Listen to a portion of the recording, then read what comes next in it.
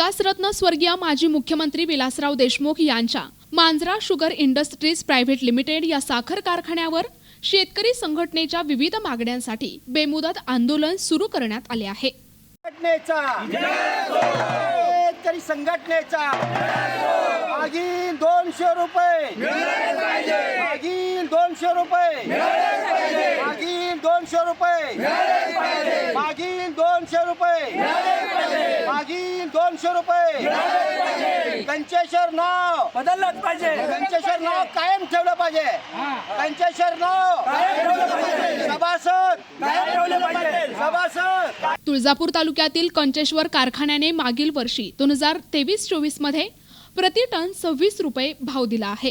मागील थकीत ऊस बिल प्रति टन 200 रुपये भाव देण्यात यावा अशा विविध मागण्यांसाठी बेमुदत धरणे आंदोलन सुरू करण्यात आले असून कारखान्यातील ऊसाचे सर्व वाहने थांबविण्यात आले आहेत। याचाच आढावा घेतलाय आमचे प्रतिनिधी आयुब शेख यांनी। विलासराव देशमुख यांच्या साखर कारखान्यावरती एकंदरीत आज पाहू शकता आपण शेतकरी संघटना जी आहे आक्रमक होताना पाहायला मिळते। तुळजापूर तालुक्यातील मंगोळ या ठिकाणी आज या कारखान्यावरती या ठिकाणी आज शेतकरी जे आहे काय आज आपल्या प्रामुख्याने मागण्या आहेत? आमची सर मागणी एकच आहे की गेल्या वर्षी ऊस कमी होता, दुष्काळी परिस्थिती होती। अशा परिस्थितीत शेतकऱ्याने ऊसाची इतक्या म्हणजे कष्टाने जपणूक केली होती।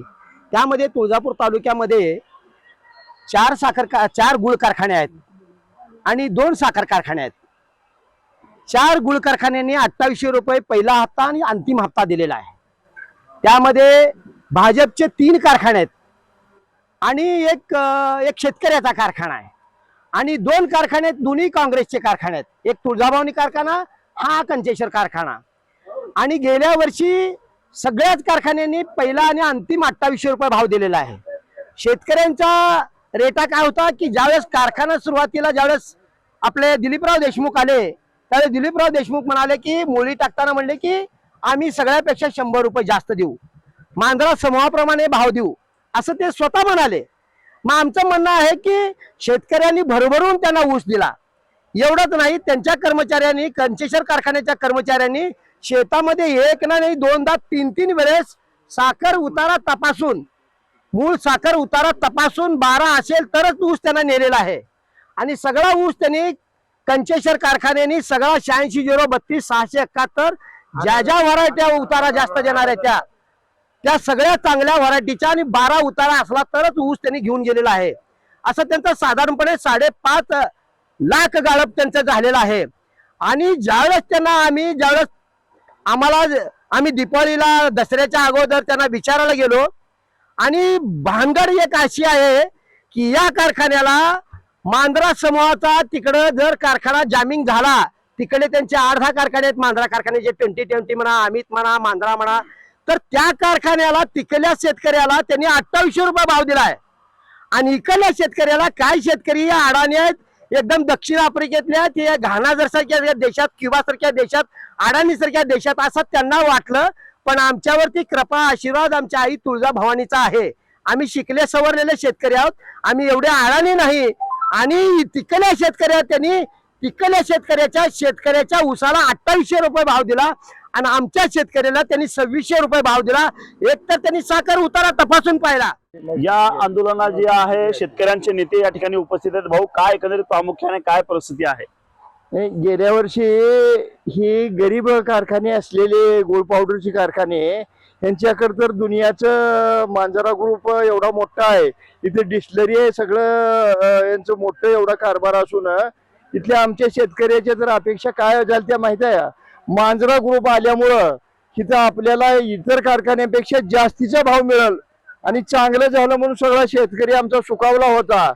परंतु आता ते 2800 रुपये भाव 15 दिवसात 8 दिवसात गोल्ड पावडरवाल्यांनी दिले आणि ह्यांनी 2600 रुपये वर्षभर द्यायला लावले।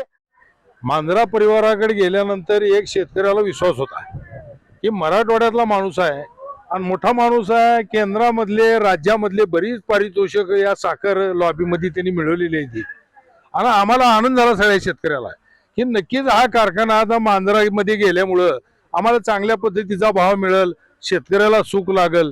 ह्या भावनेनं 2800 रुपये तिकडे 2-3 कारखाने भाव दिले ते आम्हाला रोख गुळ फॅक्टरी सुद्धा दिले, इतर कारखाने गोकुळनं दिले, तरी सुद्धा आम्ही 2800 रुपयापेक्षा सुद्धा आम्हाला मांजरा जास्त देणार, 2900-3000 देणार, ह्या शुद्ध भावनेनं आम्ही यांच्याकडे ती ऊस गाठला.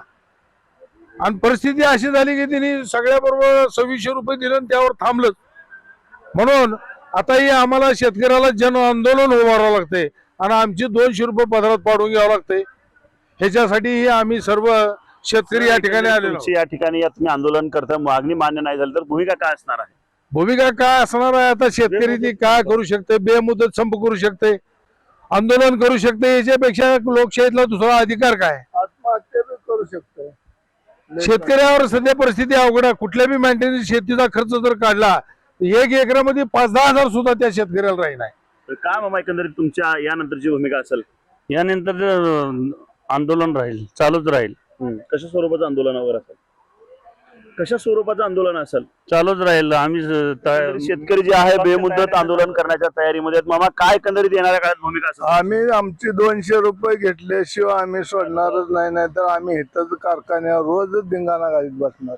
तो म्हणला होता, पण 2600 दिला. मग आम्ही जगाने त्यांना 2800 घेतो म्हणल्यावर दुसऱ्याने याने 2900 म्हणल्यावर आम्ही तिकडला भाव हे करून इकडे गाठला. मग आमचा गोरगरिबाचा यानं काढल्यावर यानं हे होणार आहे का?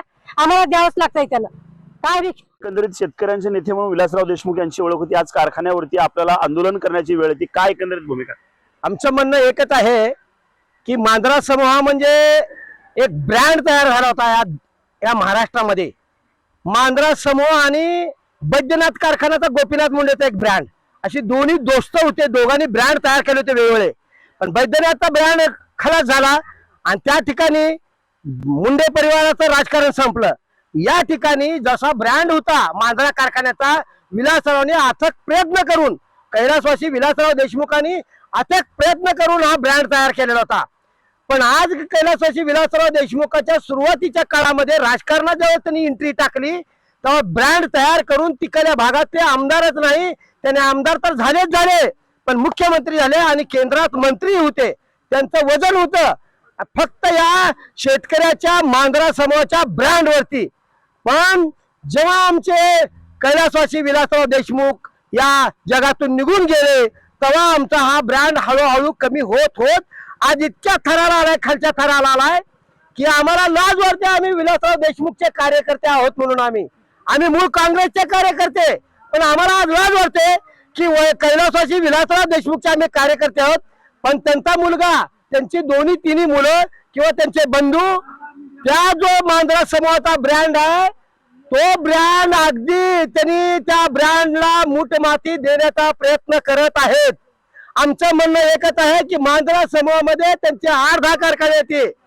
एका कारखान्याचा जर भाव 2800 दिला तर सगळ्या मांजरा समूहातल्या सगळ्या समूहाला समान भाव देण्याचं, समान इक्वॅलिटी, शेतकऱ्याच्या बांधापर्यंत जाऊन त्याच्या हाताला धरून त्याला 4 पैसे फायद्याचे मिळणारं म्हणजे मांजरा समूहाचा ब्रँड होता.